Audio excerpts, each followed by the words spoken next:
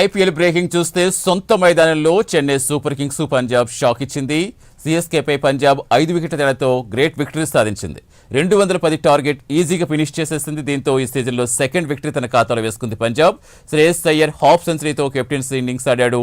ముందుగా బ్యాటింగ్ చేసిన చెన్నై 5 వికెట్లు కోల్పోయి 209 పరుగులు చేస్తుంది. దీంతో 210 పరుగుల లక్ష్య ఛేదనలో బరిలోకి దిగిన శ్రేయస్ సేన 19 ఓవర్లలోనే ఫినిష్ చేసింది.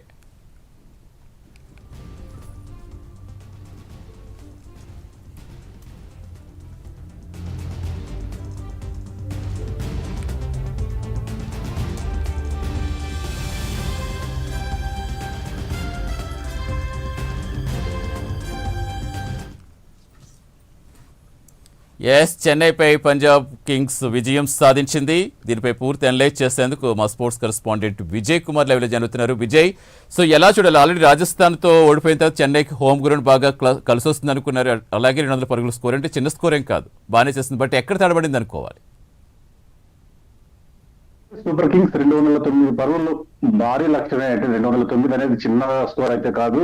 అయితే చపాక్ వేదిక తీసుకుంటే చపాక్ లో 210 రన్నులు హైయెస్ట్. అంటే ఇప్పటిదాకా చేసిన రన్నులు 211 రన్నుల్లో. ఆ 211 అంటే ఈరోజు 210 రన్నులను పంజాబ్ బ్యాట్స్మెన్లు ఈజీగా చేజ్ చేశారు.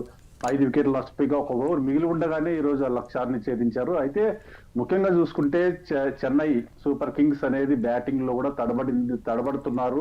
అలాగే బౌలింగ్ లో పూర్తిగా అనేది అయితే చెప్పవచ్చు. అయితే చెన్నై సూపర్ కింగ్స్ పవర్ ప్లేలో కేవలం 57 రన్నులు మాత్రమే చేశారు. అంటే ఆ పవర్ ప్లే టైంలో ఇంకా కొన్ని ఎక్కువ రావాల్సినవి. పవర్ ప్లేలో చాలా స్లో రన్ రేట్, అంటే స్లో రన్ రేట్ వల్లే రన్నులు రాలేదని చెప్పవచ్చు. అలాగే పంజాబ్ దీనికి పూర్తిగా విరుద్ధంగా ఎవరైతే ప్రియాన్స్ ఆర్యా ఉన్నారో, ప్రమ్ సిమ్రాన్ ఇద్దరు దూకుడుగా చెన్నై బౌలర్లు పైన విరుచుకుపడ్డారు. పవర్ ప్లేలో దాదాపు 70 రన్నులు వీరు స్కోర్ చేయగలిగారు. అంటే ఇక్కడే తేడా వచ్చింది స్కోర్ లో. దాదాపు 20 రన్నులు పవర్ ప్లేలో రావడంతోనే ఆ 20 రన్నులే ఈ ఓటమి కారణం అని చెప్పుకోవచ్చు. అయితే పూర్తిగా చెన్నై పంజాబ్ చేతిలో సొంత మైదానంలో ఓడిపోవడం ఇప్పుడు కంటిన్యూగా 4వ అని చెప్పవచ్చు. ఇది గతంలో అంటే 2025 సీజన్ లో పంజాబ్ 2 మ్యాచ్లు జరిగితే పంజాబ్ 2 ఓడిపోయారు. అంతకుముందు కూడా పంజాబ్ తో ఓడిపోయారు. అంటే ఇప్పుడు దాకా 5 మ్యాచ్లు జరిగితే 4 మ్యాచ్ల్లో పంజాబే గెలిచింది చెన్నై పైన చపాక్ స్టేడియంలో. అయితే ఒక రకంగా చెప్పాలంటే పంజాబ్ కి చెన్నై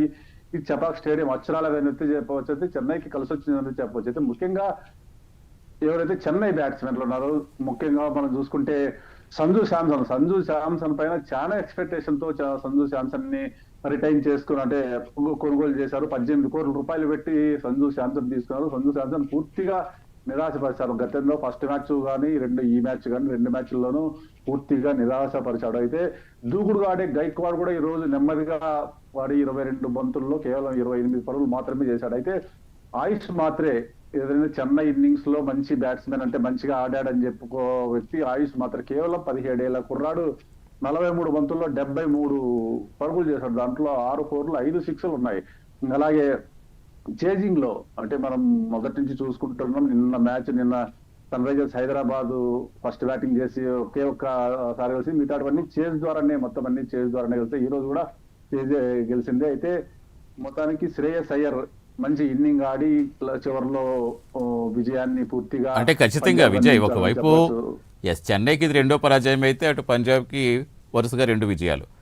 అంటే ఇక్కడ మనకి మెయిన్గా చూసుకోవాల్సింది చెన్నై స్టేడియం ఎప్పుడైనా కూడా స్పిన్నర్స్కి బాగా అనుకూలంగా ఉంటుందని చెప్తారు. టాస్ గెలిచిన జట్టు బ్యాటింగ్ చేసిన జట్టుకి మంచి విన్ అయ్యే అవకాశాలు ఎక్కువ అని చెప్తారు. ఎందుకంటే సెకండ్ మళ్ళీ బ్యాటింగ్ చేసే టైంకి అక్కడ స్పిన్నింగ్ పెద్దగా అనుకూలించదు, పిచ్ అనుకూలిస్తుందని చెప్తారు. కానీ అయినప్పటికీ కూడా పంజాబ్ ఈ దూకుడుతో ఆడిందంటే ఇప్పుడు పంజాబ్ బలాలు ఏం చెప్పుకోవచ్చు? అయితే పంజాబ్ బలం అనేది పూర్తిగా బ్యాటింగ్ అనే చెప్పవచ్చు. పూర్తిగా బ్యాటింగ్ బలంతోనే పంజాబ్ అనేది విజయం సాధించింది ఈ రోజు. దాంట్లో ఎటువంటి సందేహము లేదు. అయితే స్టార్టింగ్ నుంచినే ప్రభు సిమ్రాన్ కావచ్చు, ప్రియాన్స్ ఆర్యా కావచ్చు మంచి దూకుడు ప్రదర్శించారు. అలాగే కూపర్ కాన్లీ కూడా అంటే గత మ్యాచ్ లో 72 పరుగులు చేసిన కూపర్ కాన్లీ కూడా ఈ రోజు 22 బంతుల్లో 36 పరుగులు చేశారు. అలాగే శ్రేయస్ అయ్యర్ మంచి క్యాప్టెన్ ఇన్నింగ్స్ ఆడారు. 26 బంతుల్లో 50 పరుగులు చేశాడు. అయితే ముఖ్యంగా ఇది మనం చెన్నై స్పిన్ కి అనుకూలిస్తాదన్నమాట వాస్తవమైన, కానీ 2 జట్లలోనూ నాణ్యమైన స్పిన్నర్ లేరు.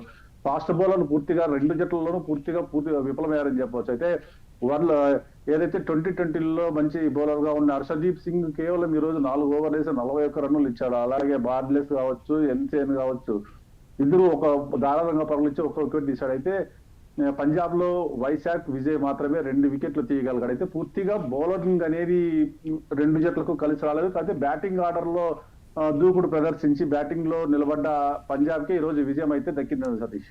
రైట్, డెఫినెట్గా విజయ్. మొత్తానికి ఇప్పటి వరకు ఆల్మోస్ట్ 8 మ్యాచెస్ ఆడారనుకుంటా Punjab Kings Chennai Super Kings.